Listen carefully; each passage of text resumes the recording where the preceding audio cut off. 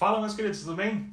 Agora vamos dar uma olhadinha na parte de calorimetria, onde a gente se fala transferências de calores. Nos vídeos anteriores a gente viu sobre trocas de calor e também sobre queima-aceite e queima-óleo. Agora a gente vai ver como que ocorrem essas transferências de calor. Basicamente elas podem ocorrer de três modos distintos: condução, convecção e irradiação. A condução ela depende da transmissão de calor através dos choques de átomos. Vamos supor essas três canetas sejam um conjunto de átomos e os átomos eles ficam agitados, perfeito? Assim, quando um átomo começa a agitar mais, começa a bater nesse, que por sua vez bate nesse, e assim vai ocorrendo a transferência de calor através da condução. Das três formas de transmissão de calor, a condução é a única que vai aparecer uma formulita, né? Vamos supor que a gente tenha uma parede, onde a gente tenha, depende do material, né? A gente tem uma condutividade térmica, que a gente vai chamar de K. Beleza, o que é esse K? Quanto maior o K, maior vai ser a facilidade com que o calor transmite de um meio para o outro. O que seria um meio para o outro? Esse seria o meio 1, esse seria o meio 2, que teriam temperaturas diferentes. Vamos colocar? Naturalmente, a temperatura T1 tem que ser maior que a temperatura T2. Dessa forma, o calor vai vindo do que é mais quente para o mais frio de forma natural e o calor vai tomar esse fluxo. Essa letra φ, não se desesperem, é um fluxo, é uma potência térmica. Vai ser a quantidade de energia que vai vir de um lado para o outro. E depende também de duas coisas: da espessura da parede e também da área da parede. Vamos colocar isso numa fórmula? GRIF, em Neon Las Vegas, essa fórmula aqui da nossa potência. Uma potência térmica, um fluxo térmico de um lado para o outro. O fluxo térmico, que na verdade pode ser dito como calorias, né, ou joules por segundo, no sistema internacional seria joules por segundo, pode ser escrito da seguinte maneira: calor por unidade de tempo. O nosso K depende que é a nossa condutibilidade térmica. Quanto maior esse K, mais calor o nosso material vai conduzir. Como, por exemplo, existem materiais isolantes, que no caso seria borracha ou plástico, e existem materiais condutores, que são os metais, por exemplo. Outro fator seria a nossa área. Quanto maior a nossa área, mais calor vai passar.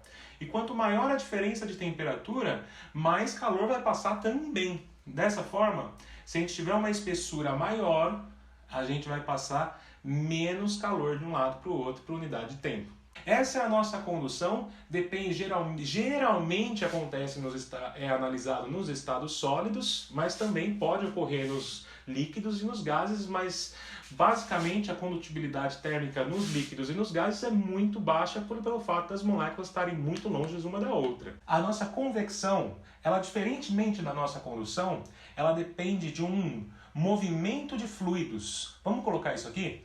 A convecção ocorre em fluidos como líquidos e gases, não no estado sólido. Por quê? Vamos dar um exemplo. Primeiro exemplo, o ar-condicionado. Quando você entra numa sala e liga o ar-condicionado, a parte mais baixa, tanto a sala inteira, vai estar quente. O ar-condicionado de cima vai gelar, as moléculas vão ser mais densas, dessa forma elas vão cair. E as moléculas mais cair, entre aspas, né? E as moléculas que estão mais dispersas, que são menos densas, irão subir por serem mais leves. Olhem só, o nosso quente sobe, o nosso frio desce pelo fato dele ser mais denso. E isso daqui também é uma corrente convectiva.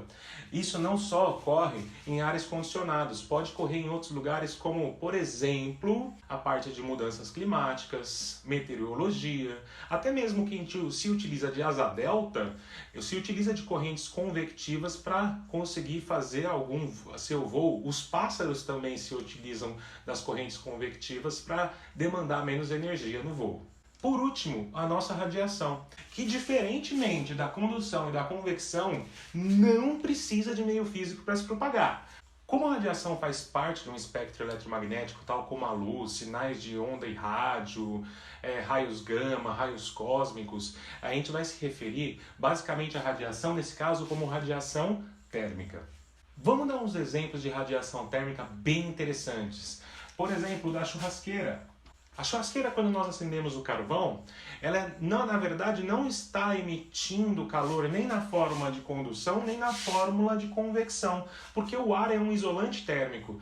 Quando você bota a mãozinha perto da churrasqueira, o que você está sentindo, na verdade, são os raios infravermelhos. Aliás, todo corpo que tem temperatura emite raios infravermelhos. É por isso que a gente tem algumas câmeras de segurança que conseguem detectar pessoas mesmo no escuro absoluto. Outro exemplo interessantíssimo é o Sol. Não existe nada, é um vácuo entre o Sol e a Terra. Não teria como haver condução nem convecção se a gente não tem matéria. Então o Sol, através de raios infravermelhos, raios ultravioletas, raios luminosos, ele consegue esquentar e deixar a nossa Terra quentinha. E o último, curiosidade. Essa é uma curiosidade monstra. Saca só. A cascavel. Ela é uma cobra que consegue sentir os infravermelhos. Tem que tomar muito cuidado que a cascavel, mesmo quando morta, meia hora depois de morta, não vai colocar a mão nela, porque ela tem sensores térmicos, de radiação térmica, e ela tem instintos involuntários. Às vezes, se você chegar perto com a mãozinha quentinha, emitindo o infravermelho perto dela, e ela mesmo morta, é capaz de ela te dar uma mordida e injetar o veneno em você.